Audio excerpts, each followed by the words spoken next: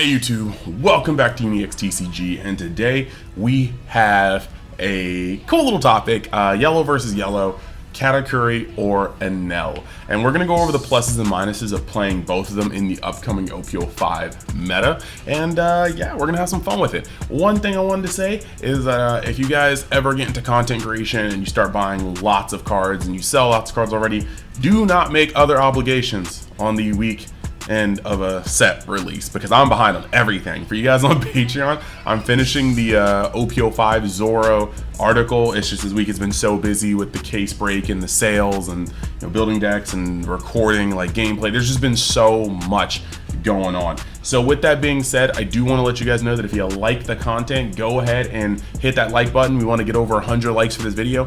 You can subscribe and join the Unix fam. Head over to the link tree and just see all the things that we do in Universe X, the Discord, the TCG player link. We got affiliates with companies like G3 in Canada with a code down in the description where you can get your 5% off your first purchase. So we are going to jump into the subject matter at hand. Yeah, let's get into it. All right, so when it comes to these decks, we've talked about Enel a lot on the channel, so I'm going to start with that. When it comes to Enel, right, in this format, Enel is essentially what I call the equalizer. We have a whole article on Patreon, 13-14 good pages of Enel breakdown, and what he ends up doing essentially is causing a weird stopgap, because he changes the essential inherent flow of the game. Normally when somebody's at one life, you have to connect twice and the game is over. Enel, simply because of his ability, requires you to connect 3 separate times to end game on one life. This is a very annoying part for 2 reasons. One, he can keep gaining life. At 1 life, you can use things like Yamato or 7-cost Big Mom to potentially go up on life. And if you do go up on life and you're at 2, then your opponent has to hit you 4 times before you can go to sleep. You have to be hit once for the second to last life, twice for the last life, then you go back up to 1/3 time for the last life again, then 1 more time for 0. So Enel always has this comfortable buffer. This allows Enel to play extremely well on curve, because you're always going to have that little buffer. You're not going to be like, oh, I'm at 1 life, crap, I can only take 2 attacks if I tap out for this on curve play. No, you are Enel. You take 3 hits at that point. So yeah, another thing a lot of people don't seem to acknowledge, that Enel sees a lot of cards. All of those extra life cards, all of those extra cards gain from the ability of the leader, as well as cards like Yamato, Big Mom. They essentially are cards that you're drawing when your opponent gives them to you, because they have to give you cards to beat you. You are going to be getting cards to hand. So Enel actually sees quite a lot of its deck. It's very consistent. And then you have the ability to also not just see a lot of cards and not just have that buffer, but you have the ability to last long enough to where eventually your board should be a Katakuri, 7-drop Big Mom, a Yamato, and you just run over your opponent. You play the long game, you have the grind, you have the war of attrition. Because of this strategy, a lot of decks don't necessarily just do better or worse against it. A lot of decks kind of have this like weird 50-50, where sometimes you just have the ability to pressure your opponent with 2 to 3 swings per turn, that's enough. Or sometimes, 2 to 3 characters. Or sometimes you just end up getting your field removed by Thunderbolts, by Katakuris. Yamato may come in there every now and then you're sitting there like, wow, crap, I only have 1 character and I need to swing 3 times. This just doesn't work. So the deck kind of gets a little nasty right there. Now, forwarding over to Katakuri. Katakuri has always been a very aggressive tempo-oriented deck. But with 2 more sets of yellow, you are now sitting at a density of triggers that's actually astounding. Because of Katakuri playing the Big Mom engine, or a Big Mom-like package, you literally have Parasparrow and Crackers, which are cards that you don't normally see in Enel. Plus, you have the addition of cards like Satori, which is, yes, just a 2K with a 5K body, but it's also a trigger that can come out to play. Meaning at this point, with 30-something cards, 3/5 of your deck are triggers. It is incredibly likely that whenever your opponent swings on you, you're going to be able to get a trigger. And these triggers make additional bodies. You start bringing Satoris, Parasparrows, Crackers, You don't really count the Shirahoshis, but they are a really good draw. And this adds on to the already formidable range of Katakuri's pressure. Now, on top of Katakuri swinging for a consistent 7 every turn, checking your life. When you're done checking your life, you can check your opponent's life to get more information from the read. You have triggers like the aforementioned ones I just mentioned that are going to be coming out and flooding the board. You also are a Charlotte Pirates leader, meaning that at your top end, you have Big Mom. And that is one of the most detrimental things that's there. So you have essentially a movable object versus an unstoppable force when it comes to what yellow deck you want to choose. And they both have their pluses and minuses. So let's actually talk about those too. So we'll start with Enel. Why would you play Enel? Well, as I said before, Enel is that immovable object, that equalizer. Enel has almost 50-50 matchups across the board. It's very, very rough for a deck to just bully Enel out of the game, specifically because of how Enel works.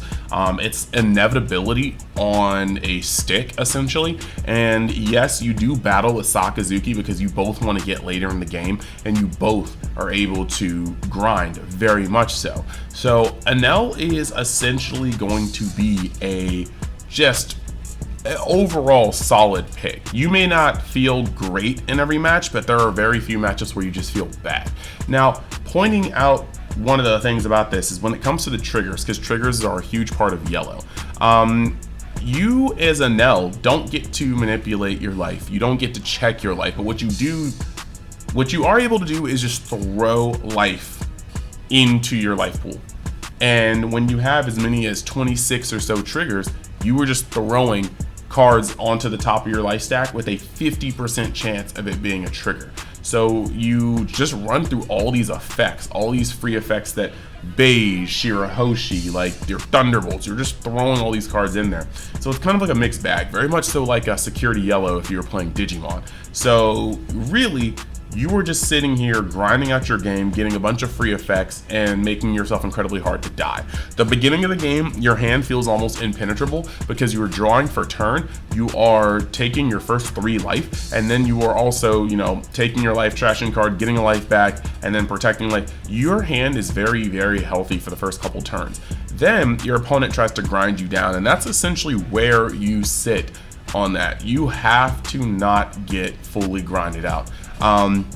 Because once your hand is at a minimum, that's when your opponent will just walk through that last life, walk through your leader effect, and walk through you. So the thing with Enel is that board control is actually very, very important. Your Katakuris and your Thunderbolts are your friend. Your Yamato kind of falls off a little later in the game because you might only be at 1 life and your opponent's at like 1 life or so. So you have to be very careful about that. But you have to worry a fair amount about board management, because your opponent only wins if they can swing multiple times per turn. If they can't swing more than 3 times in a turn, or more than 2 times in a turn, there's no way for them to beat you. So being able to manage your opponent's board, taking the swings on their board when you can, that's something that you don't want to ignore. I know it's really tasty to send some of these big bodies at life, but when you can swing an 8K into a 5K that turns sideways, do it. Or a 6K to turn sideways, do it. Or put a Dawn under and swing on a 7K to turn sideways, do it. You need to make sure your opponent's board is donezo. You will always be able to heal, going from 1 life to 0 life back to 1. You need to make sure your opponent cannot pressure you after you've used your leader effect. So blockers, removal, and correct board assessment are paramount. This can't be understated. Yeah, like I said, it's all in my article. If you want to go join the Patreon, links in the description, all explained there. Now, when it comes to the matchups, like I said, you're 50-50 versus everything. Zoro is very, very, very weird because in my testing, I found that Zoro can play against most decks in the format very well. Enel is probably its hardest matchup, but even with Enel, it really depends on the opening and the pressure, because yellow doesn't have the accessible removal that red as well as blue-black does. So that's a thing. But in terms of Sakazuki, you guys can play pretty evenly. Sakazuki does have an edge just being a more consistent deck and having more of its options on demand, whereas Enel has to draw or get damaged from life into its options. Then you have Purple Luffy. That can get really rough for Enel, or really rough for Purple Luffy, because Purple Luffy doesn't often play more than 1 card per turn unless you are playing 2 5-drops or you're playing your Page into ulti.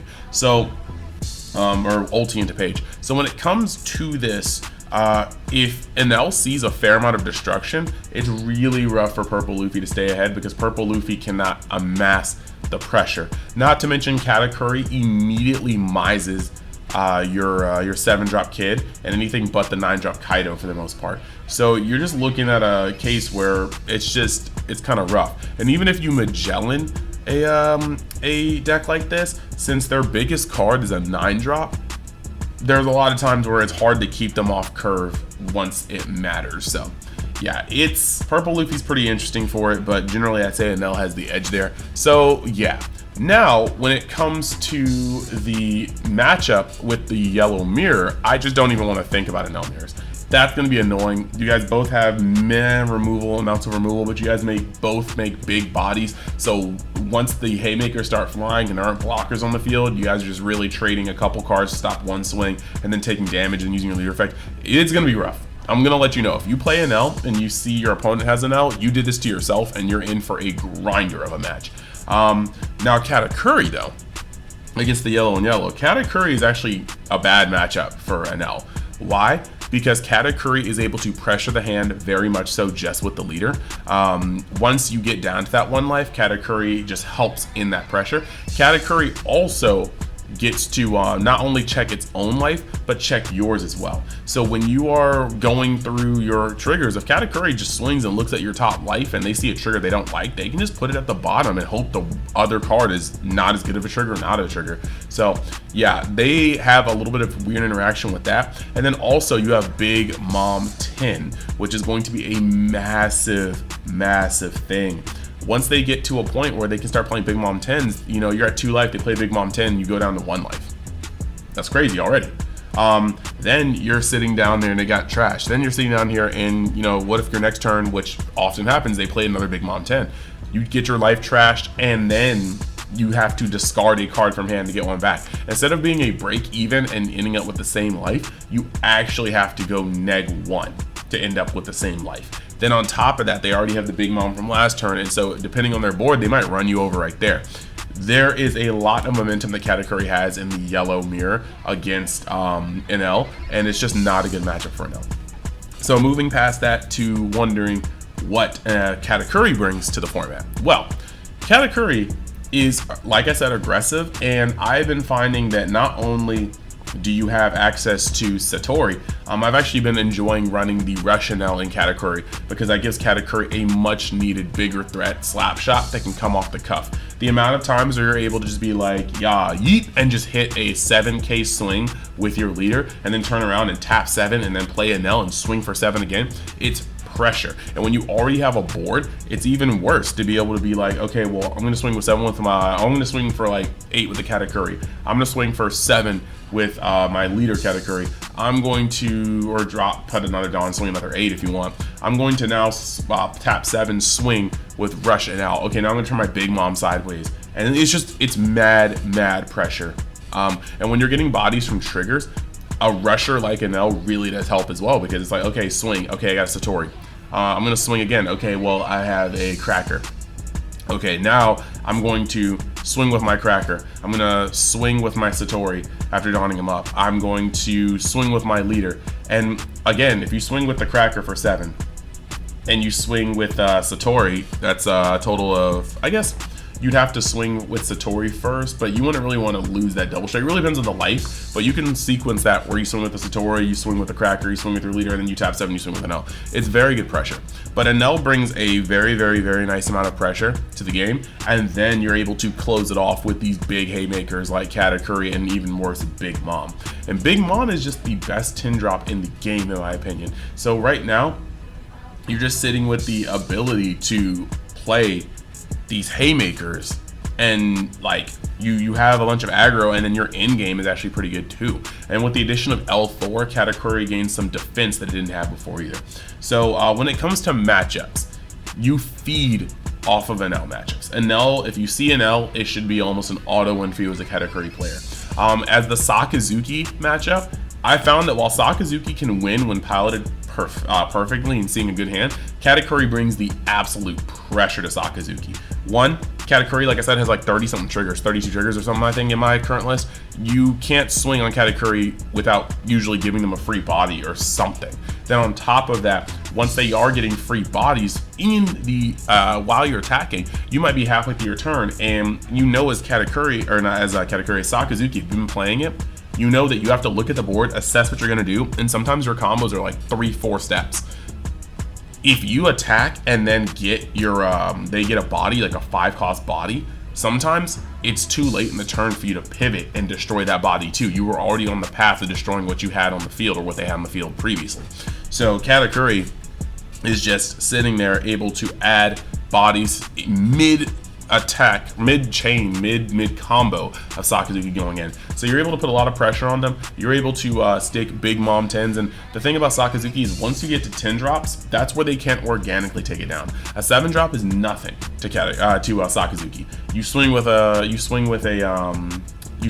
Kuzan, you play a Hina, you play an Ice Age, you swing with your leader, you Hound Blaze it. But once things are 10, you need multiple effects. You need to use the Hina and Kuzan in correlation. You need to use you have to use at least, you have to have a setup on the board with Kuzan, and if you don't have Kuzan on the board, you have to play Rebecca and you have to play another card just to get it down low enough and swing with your leader. There's a lot you have to do to get rid of a 10 drop, and that starts negging on your hand. You can only do that so many times in sequence before your hand is bottomed out. So great into Katakuri. You are pretty much, I think, fine versus Luffy. You can press Luffy's life so hard that they just can't really use their leader effect effectively, and to use it, they bring themselves closer to being ended. And your boss cards just like clap harder than theirs, to be honest. And outside of 9-drop Kaido, Katakuri takes care of everything that deck can play. So yeah, you have a pretty good purple Luffy matchup. Red purple is going to be back, and I think you have a very good matchup versus red purple as well, because you're aggressive and they're 4-life decks. That's just almost as shrimple as that. Now, the parts, and Enel, like I said, Enel is a really good matchup for Katakuri. Now, the parts that you're going to have to be a little fearful of, Katakuri still has the same weakness to red. Katakuri is an aggressive deck that provides pressure, but if you push that pressure back in the terms of like Zoro, or maybe even a rush-centric Whitebeard, it's going to fold. It has a not good red matchup. That's what gate kept it from being BDIF before set 5 came out. Yeah, it's still on that level, so you have to watch out for that, especially since Global or EN likes red. They like more aggressive, so Katakuri may see a bunch of play, especially being a good play into Sakazuki. But it also, just know that you'll be fighting hard for your red matchups. The only other one I could really say, no, that's pretty much it. There might have been one in my head that I was just missing, but it's pretty much the red matchups you're gonna have to dodge in exchange for having Sakazuki be a much easier match. This is the polar opposite of Enel. So yeah, let me know what you guys think about this topic. Let me know how you guys feel. Let me know if you are playing yellow and which one you decide to choose. And let me know if you have any points that you think I missed. But yeah, I will see you guys in the next video. Like I said, let's get this thing over to 100 likes or more. I have a case break video if you guys want to go back and watch that. And if you want to know more about Enel, like I said, 13, 14, 15 page article over on my Patreon. Go check that out in the description. And now we're going to go to the Patreon shoutouts, and I will see you guys in the next video. Alrighty, it's that time again. Time to give a special shout out to all the people that go the extra mile to support this brand and channel. This is the Patreon for NEXTCG, where you're gonna find all the deep dives that are a little too long for me to put into these videos. You got articles on average about 15 pages, give or take, about these deep dives on these decks, the meta format, whatever. We're going over One Piece decks soon. We started to go over Fusion World like content as well, and we also do giveaways. We just finished up the starter deck 10-3 Brothers, and we're going to be moving on to an OP05 giveaway soon enough, so stay tuned. And last but not least, thank you for the people that go the extra mile, the members of the Realm of X. We've got Beer R, we've got Bryce R, we've got Big Daddy Flapjack. Thank you guys, and I will see you all in the next video.